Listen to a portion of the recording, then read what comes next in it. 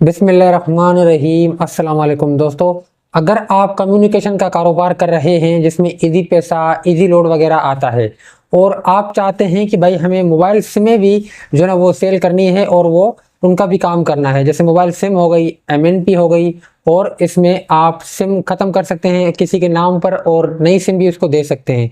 मतलब इस तरह का काम, किसी को नई सिम देना, किसी के नाम की डुप्लीकेट सिम करना, किसी के नाम की सिम एमएनपी करना। एमएनपी क्या होता है? मोबाइल नंबर पोर्टेबिलिटी होता है, और ये सिम जो कन्वर्ट करना होता है उसको एमएनपी कहते हैं। तो आप ये काम भी करना चाहते हैं, इसके बारे में आपको मैं मुकम्मल मालूमात दूंगा कि भाई ये जो डिवाइस होती है जेस की, जोम की, यूफोन की, टेलनार की, ये डिवाइस आपको कितने की मिलेगी और इसका काम करने का तरीक़ेकार क्या होता है और इसमें आपको क्या फ़ायदा हो सकता है और क्या आपको नुकसान हो सकता है।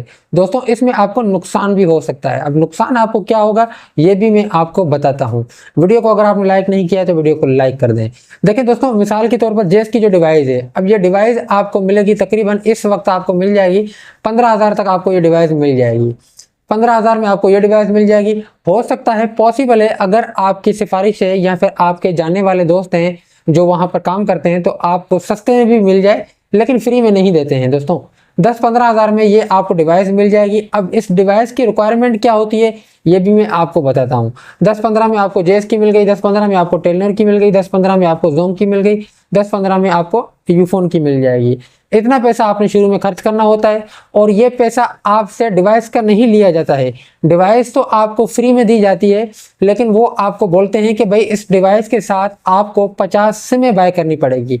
अब मिसाल के तौर पर आप जेस की डिवाइस बाय करते हैं फ्रेंचाइज से, तो वो आपको बोलेंगे कि भाई आप हमसे 50 जो है ना वो जेस की न्यू सिम खरीदेंगे और आप 20 हमसे एचएलआर खरीदेंगे। अब ये सिमें आप उनसे खरीदेंगे, सिम का रेट वो क्या लगाते हैं वो उस कंपनी की मर्जी है, एचएलआर का रेट वो क्या लगाते हैं वो उस कंपनी की मर्जी है। इस तरह से दोस्तों हर डिवाइस का आपने पैकेज बाय करना होगा। मतलब टेलनार वाले आपको 20 सिमें देंगे, यूफोन वाले आपको 50 सिमें देंगे, 100 सिमें देंगे। इस तरह से जितने की वो सिम बनेगी आपको उतने पैसे देने पड़ेंगे, बाकी डिवाइस वो फ्री में देते हैं। अब मिसाल के तौर पर वो आपने डिवाइस बाय कर ली है, कोई भी कस्टमर आपके पास आता है कि भाई मेरे जेस की सिम जो है वो डुप्लीकेट करनी है। अब आपको 300 रुपये का एचएलआर पड़ा है, ठीक है। अब सिम को आप डुप्लीकेट करते हैं तो उसमें 70-80 रुपये का आपका बैलेंस भी जाता है लोड की सिम से, क्योंकि लोड की सिम पर आपकी डिवाइस मैप होती है।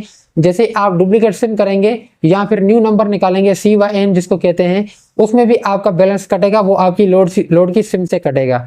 तो भाई 300 रुपये का आपको एचएलआर मिल गया और उसके बाद आपके 70-80 रुपये आपका इसमें लोड कट गया, ठीक है।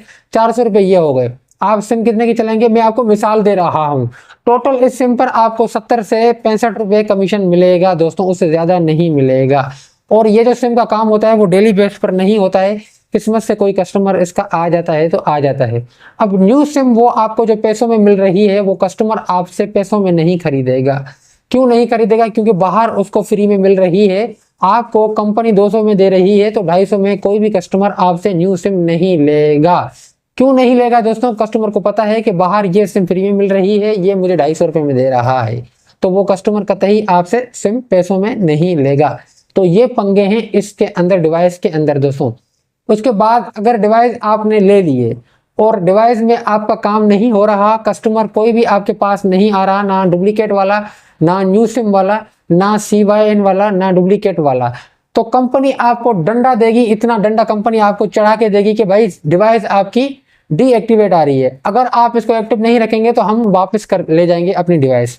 इस तरह से दोस्तों आपको प्रेशर में रखेंगे कंपनी वाले कि भाई डिवाइस एक्टिव करो, डिवाइस एक्टिव रखो, डिवाइस एक्टिव रखो। आज आपने 2 एमएनपी करनी है, आज आपने 2 डुप्लीकेट करनी है, आज आपने 2 न्यू सिम करनी है।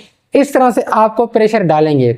अगर वो काम आप नहीं करेंगे तो आपके सारे पैसे पानी में जाएंगे और डिवाइस आपकी मैप से हटा देंगे और वापस आपसे ले जाएंगे। अगर आपके पास काम ज़्यादा है तो फिर आप इसको रख सकते हैं, अगर आपके पास काम नहीं है तो फिर वो आपको प्रेशर डालेंगे। फिर मजबूरन आपको क्या करना पड़ेगा, आपके घर के किसी अफराद के नाम पर डुप्लीकेट सिम निकालनी पड़ेगी, न्यू सिम निकालनी पड़ेगी, एमएनपी करनी होगी। इस तरह से आपकी डिवाइस एक्टिव रहेगी और ये पैसा आपका लॉस में जाएगा। तो कहने का मकसद ये हो गया कि भाई डिवाइस के अंदर आपको इतना प्रॉफिट नहीं मिलता है जितना आप समझते हैं कि डिवाइस के अंदर प्रॉफिट होता है। और जेस की जो डिवाइस होती है उसके अंदर आप जेस कैश का काम भी कर सकते हैं। जेस कैश का अगर आपका अकाउंट खुला हुआ है तो वो भी आप एक्टिवेट करवा सकते हैं। जो CNIC पर पैसे आते हैं वो आप उससे निकाल सकते हैं डिवाइस से। लेकिन दोस्तों मेरी नॉलेज ये कहती है कि डिवाइस के पंगे में न पड़ें, इसमें कोई भी आपको फायदा नहीं होगा दोस्तों। इसमें खामखिली में आपके ऊपर प्रेशर आता है। अगर आपके पास काम है भाई, डेली की 10-15 सिमें आपके पास निकलती है तो फिर आप ले लें, फिर आप कमाएंगे। बाकी अगर आपके पास काम नहीं है तो फिर आप नहीं कमाएंगे, इस पंगे में न पड़ें तो अच्छा है दोस्तों। अपने काम को हल्का रखें।